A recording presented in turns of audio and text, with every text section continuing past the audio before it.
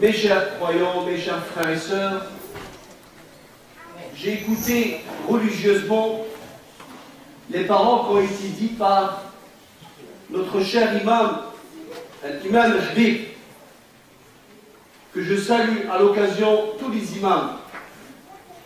Parce que l'imam, il a un rôle important à jouer pour construire d'abord les cœurs.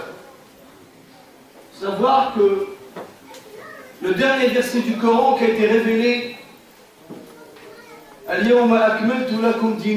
aujourd'hui, je n'ai pas achevé pour vous votre religion. Et la dernière sourate, selon la plupart des savants, aujourd'hui, c'est le jour de l'ouverture. L'ouverture de quoi? Des cœurs. L'ouverture qu'Allah Azza wa Jalla a attribuée à ce prophète après qu'il a achevé cette religion. Inna fatahna laka fathan mubina. Nous t'avons donné, attribué cette ouverture. Aujourd'hui, il s'agit d'une maison d'Allah subhanahu wa ta'ala. Observez bien, ayyuha as-sada wa as-sayyidat. Aujourd'hui, l'islam est venu du quatre coins du monde. L'islam et les musulmans sont venus des quatre coins de ce globe. Et aujourd'hui prouvent ces musulmans leur amour et leur foi.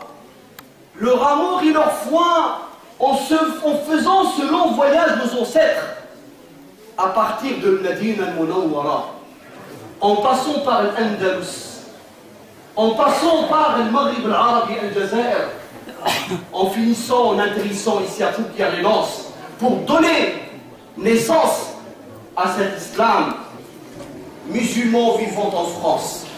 Comment dois-je comprendre ce hadith magnifique? Allah subhanahu wa ta'ala a validé toute cette terre, tout ce globe terrestre comme un lieu de prosternation et de recueillement. Je dois avoir ce sentiment que je me sens responsable de propager la beauté, de propager la bonté sur terre, parce que Allah subhanahu wa ta'ala a dit dans un verset explicite, Ya bani Adama, puisque la terre est tout entière et mosquée, Ya bani Adama, khudhu zinatakum inda kulli masjidin. Oh vous les humains, portez, emmenez, propagez votre beauté là où vous soyez. Propagez votre générosité, votre beauté là où vous soyez, là où vous vous trouvez sur toute la terre. Pourquoi? Parce que Inna Allah jamilun yuhibbul jamal. Allah est beau, il aime la beauté. Les musulmans, lorsqu'ils se retrouvent dans une maison d'Allah, ils se mettent tous par terre, sur cette terre, sur le même sol, quel que soit leur rôle social, quel que soit leur degré intellectuel, quel que soit leur niveau, à tous les niveaux, se mettent tous ensemble sur le même sol pour prier Allah avec humilité. Pour prier Allah Azza wa Jal, quelle que soit l'époque, quel que soit le temps et l'espace. C'est ce sentiment qui est fondamental, est essentiel, car dans une mosquée, on apprend quoi?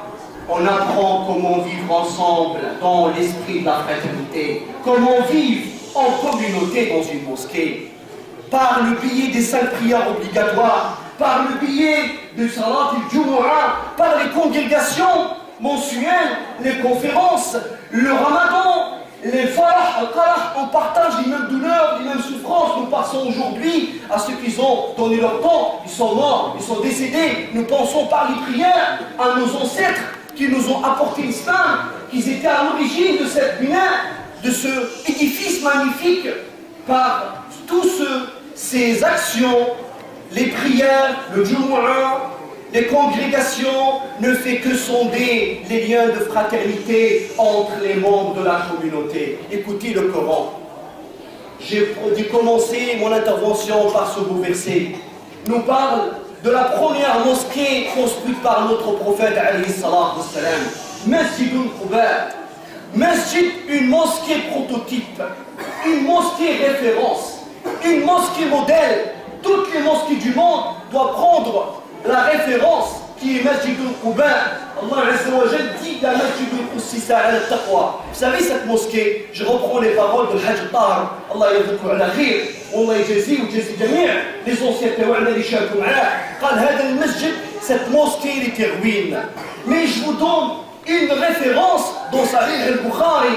Il a rapporté que Masjid Quba, c'est une terre qui était inutilisable, c'est une ruine. Elle utilisait la communauté à l'époque pré-islamique. Les Arabes à l'époque l'utilisaient pour sécher les dattes. Notre prophète alayhi salatu wassalam, Allah lui a ordonné de construire cette mosquée sur quelle fondation? La Masjid al-Qussisa, sur quoi? Sur la volonté de la piété, sur l'amour, sur la fraternité, sur la tendresse, sur l'esprit de la communauté. Tu qui t'adresses, tu dois t'y adresser dans cette mosquée. Mais or, cette mosquée d'Iran, qui a été citée dans le Siyar al-Qur'an et le fil discours coranique, cette mosquée d'Iran qui est le contraire de cette mosquée ouverte, qui a été fondée pour l'amour, pour la fraternité. Ça veut dire quoi, Viran?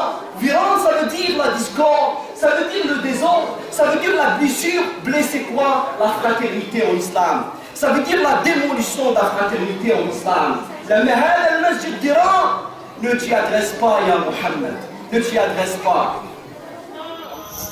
اللهم أنت ربي لا إله إلا أنت خلقتني وأنا عبدك وأنا على عهدك ووعدك ما استطعت أعوذ بك من شر ما صنعت أبوء لك بنعمتك علي